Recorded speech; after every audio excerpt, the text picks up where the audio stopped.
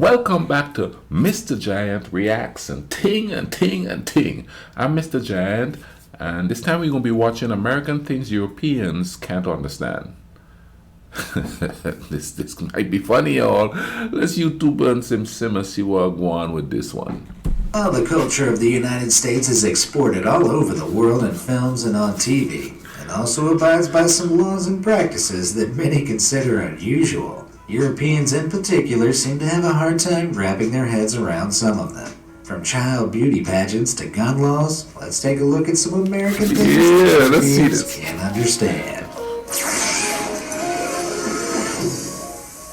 Sick of commercials. If you're a European enjoying a cozy night in on the couch in America, some of the stuff on TV may shock and surprise you. And no, I'm not talking about Keeping Up with the Kardashians. I'm talking about commercials, which arrive so frequently it makes watching TV feel almost unbearable to anyone unaccustomed to it. Seals leaks instantly.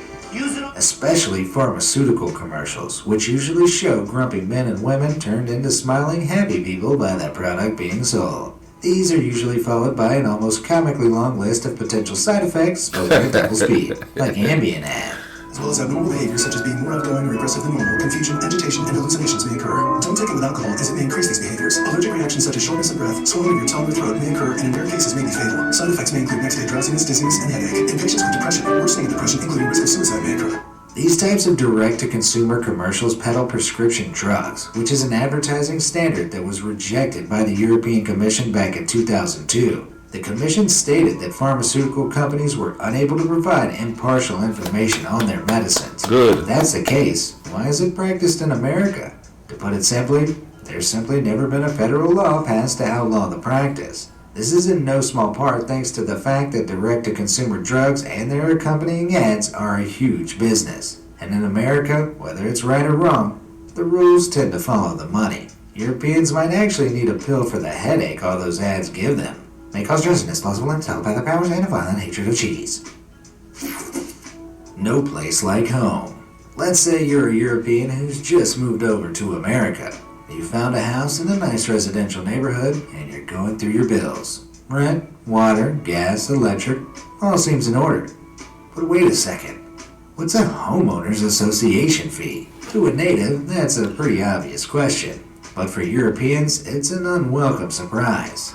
These fees contributes to the local homeowners association, which is somewhat like a neighborhood watch, but managing funds to be reinvested into the community. It goes towards things like residential maintenance and common spaces, which keeps residents happy and property values up. With around 24% of all Americans living under a homeowners association, they pay $200 to $300 on average per month in fees to these entities.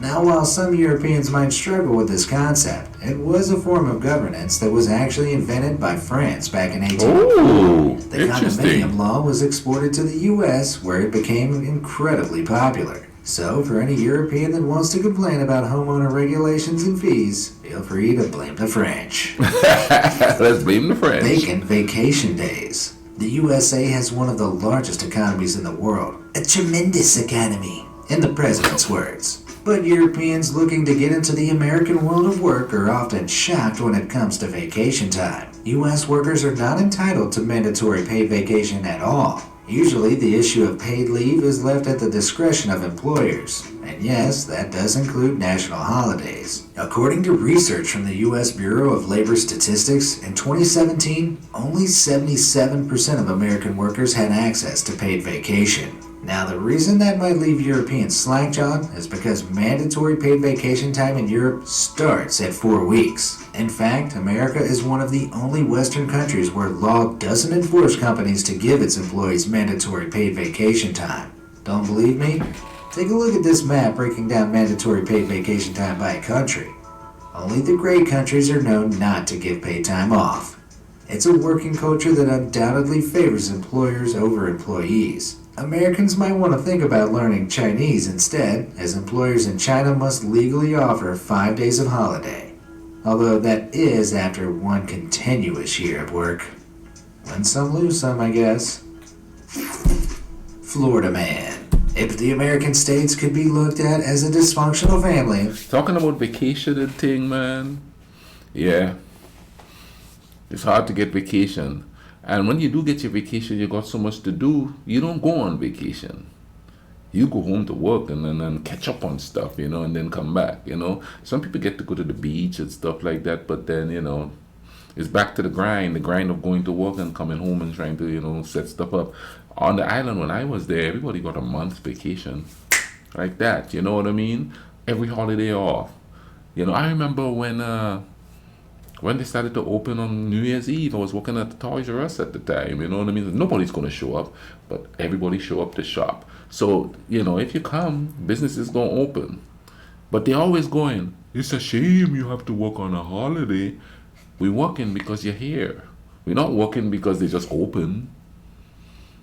They open because they know you're going to come regardless. And, it's like a shopaholic type of thing, man. Like where I work, I see the same people every day shopping. Every single day, it's the same people coming in there and getting like a cartload of stuff every single day. So if you come shop, they will open.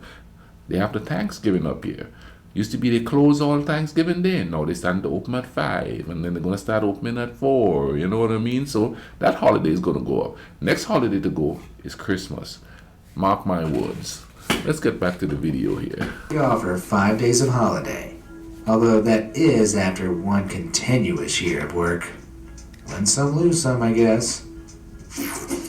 Florida man. If the American states could be looked at as a dysfunctional family, then Florida would be the weird uncle who once ran away with the circus and wrestled a tiger. The Sunshine State is the third most populous state in the USA and receives over 100 million visitors year on year. With so many people living between Miami Beach, Disneyland, and Pensacola, a little crazy is bound to be found on the fringes of society. A lot of crazy. What Europeans aren't prepared for are the crazy antics of Floridians that make daily headlines. From Florida man believed that he was half man, half dog in March 2019 to Florida man robs bank, strips naked, then runs down the street throwing stolen money everywhere in July 2017. You can search the internet for almost any day of the year and find a headline announcing Florida man has committed an utterly baffling crime. There doesn't seem to be an equivalent for any European countries, although the UK comes close with some of its questionable journalism topics like Britain's fattest woman ate fridge and died. Let me know the funniest local headlines you've ever seen at stories@bmas.com. VAT trouble. In Europe, like most of the world, tax is built into the price of items in-store and online. So what you see on the tag is what you pay. But Europeans visiting an American store might be left doing a double take at their bill when they reach the register. There is no national sales tax or value-added tax in America. Instead, American taxes differ by jurisdiction, of which there are around 7,000. Differences in these local rates, state taxes, or combined state and local taxes means that final prices for the same item can differ from one street to the next. For first-time shoppers in the U.S., this unpleasant surprise is a rite of passage that no one asked for. Tipping point. It took me a while to get used to that one. You know what I mean? I remember the first time I went to a store here, and I saw the price and I thought, ooh, not bad. And then they add on 6 cents, 7 cents, how much they order onto that. And it's like, what the bumbleclot's going on here? You have one price on the shelf, and then you go to the register and it's a whole different price. It's more. And it took me a while to get used to that, you know what I mean? Because I remember the first time I actually realized that, I went to the store, I saw the price on the thing, like, oh, was it for bread or something? I saw the price on there, went home, got the money, come back, go to the register, and it was more than I had because I just brought it because I brought enough to pay for what I saw on the shelf. Because in Grenada, where I'm from, like Europe, everything is built in there, so the price is what price that you pay is the price that you see on the shelf.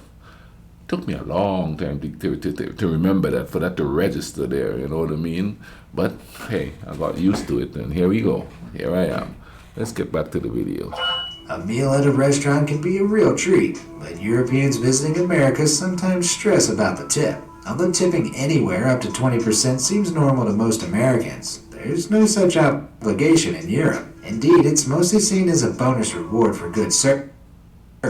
And in some European countries, it's even considered rude and excessive to leave a tip. The American federal government, however, states that tips can be used to satisfy the difference between the employee's hourly wage and the standard minimum wage. This means food servers, valets, and in-house staff in certain states can be working for a federal wage of just $2.13 per hour, which is about €1.96. So if you're a European visitor to the States, get ready to factor in your tip to the overall price of your Pay meal. that tip, man. You might well be contributing to a struggling waiter's rent. Yep. Child beauty pageants. If you've ever been unfortunate enough to have watched an episode of Toddlers and Tiaras on TLC, I think you might side with the Europeans on the next matter. Child beauty pageants are common across America and usually consist of dolled-up little girls being thrust onto a stage to entertain a crowd of screaming moms. It's truly bizarre, but what's equally strange is how the craze got started. Child pageants originated from American Better Baby contests in the early 20th century. Babies would be scored on characteristics like weight, quality of skin, and face shape, supposedly in the name of helping to educate mothers on best practices for healthy babies. But of course, it wasn't just for education purposes. There were also cash rewards and trophies for top-ranking toddlers. This has slowly devolved into the bedazzled tradition of pushing a child on stage in full makeup and styled hair to do a dance routine for prize money. Although some European countries host similar but smaller events, others like France have gone as far as to ban all such pageants, gotta ban that they're stuff. an unhealthy way to treat young girls. Yeah. If you ask me, their general creepiness alone should be enough to slam the brakes on child beauty pageants. Honey boo boo, no thanks. Honey boo boo. Size is everything. According to an old saying, everything's bigger in Texas. Yeah. But if you're a European, you'll probably think that about all of America, right down to its people. It's no secret that America has a little bit of a weight problem. 2/3 of American adults classify as overweight, and it's estimated that almost 40% of adults in the U.S. aged 20 and over are obese. Contrasted to Europe, where a survey carried out in 2014 labeled just 15% of adults obese. That's a king-size difference, with a side of fries. The American tendency to overeat might have something to do with portion sizes in the States. Oh, yeah. A study comparing portions in Paris and Philadelphia revealed food outlet portions were 25% larger in Philly. And a review of 17 different single-serve foods like yogurt and candy bars found that 14 of them were bigger in Philadelphia. While a one-state to one-country comparison doesn't necessarily represent the whole, Europeans on social media often comment on how much bigger everything seems stateside. Oh, yeah. Have you noticed this difference in portion sizes? Oh, yeah. Let me know in the comments below. Oh, yeah. Bonus points for food puns. Oh, yeah. Oh, sugar. Living in America can really give you a taste for the sweet life, but your teeth won't thank you for it. Why? Well, some American foods and drinks have been found to contain huge amounts of sugar compared to their European equivalents. Some common bread brands contain up to 6 grams of sugar per serving, 6 times the amount found in European counterparts. But it doesn't end there. Taking a look at Pizza Hut's sugar content reveals most of their stateside pizzas have close to double the amount of sugar per slice as European versions. And at Starbucks, a UK venti white chocolate mocha will contain 62.4 grams of sugar. But in America, that shoots up to 72 grams. I've heard of sweetening the deal, but any Europeans making the trip across the Atlantic might leave suffering from a toothache. I got addicted to sweet here. Gaps in the market. European standards of building a public restroom involve plenty of privacy, mainly in the form of cubicles with doors that are more door than gap. Seems obvious, but it's a standard that Americans just can't seem to adopt.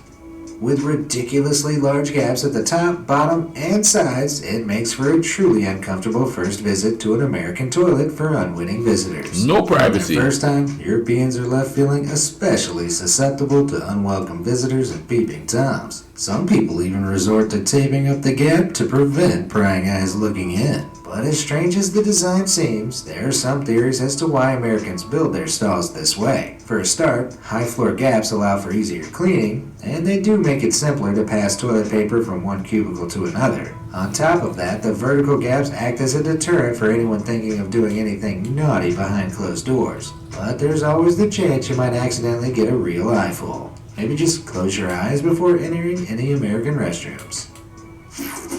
Triggered. It strikes many Europeans as a bit odd that in America you can pick up your groceries from one aisle of a store and a gun from another. Indeed, you can buy guns over the counter in places like Walmart, and ammo can be found in pharmacies. But seeing as guns are still legal in many parts of Europe, what is it that Europeans find weird about the gun-loving, rifle-wielding, Second Amendment-touting American citizen? It might have something to do with America's gun-related death rate, seeing as per capita, there were 12 gun-related deaths for every 100,000 people in America in 2017. Very few European countries exceed 3 gun-related deaths per 100,000 people, and none even come close to America's 12 per 100,000. The causes of the problem are fiercely debated, but it might have something to do with how easy it is to buy a gun. Background checks are usually carried out, but a research survey from Harvard in 2015 estimated that a third of American gun owners have purchased a firearm without a background check. In Europe, many countries like Austria and Germany require would-be gun owners to go through a rigorous 7-step procedure before owning a gun. High-caliber handguns are outright banned in the UK, and many categories of semi-automatic weapons are illegal to own across Europe. It's simply much harder to legally purchase a gun in Europe than it is in the US, which I'm sure is a trigger point for some. Real talk though, anybody could own a gun. I was at work one day and this guy came in, right? And he had like a what? A 12-month-old baby. Well, no, not 12, younger than that. More like 6 or 7-month-old baby in his arm. And he had 2 holsters with guns on it. Pearl handled nonetheless. Stuck there in this big strap holster. I don't know what they call it, a gun holder or whatever. But like he's in the Wild West, right? He's got a strap there. The baby in one hand. And as he's walking, and this gun is not like secured tight to his body, you know what I mean? He's just like strutting, and the baby's just kicking the gun, kicking the gun, kicking the gun. I'm like, oh my God, anybody could have a gun in this place, man. Anybody. I see people come in there with a gun. I'm like, man, I'm watching that person. You know, because I've seen them get angry in there before, you know what I mean? So I'm telling you, man, that gun thing is something else. I man, don't like guns one bit at all, but you know, hey, they're free to have their gun. They could have their gun. When I see somebody with a gun, I go in the opposite direction, including cops. Unless I know the cop, I don't trust nobody with guns. But anyway, man, thank you all for watching this with me. I'm gonna leave a link in the description to this video so you could go check it out and ting. Hope you guys are having a great day or evening or whatever time you're watching this. Y'all take care of each other. All right, cool runnings.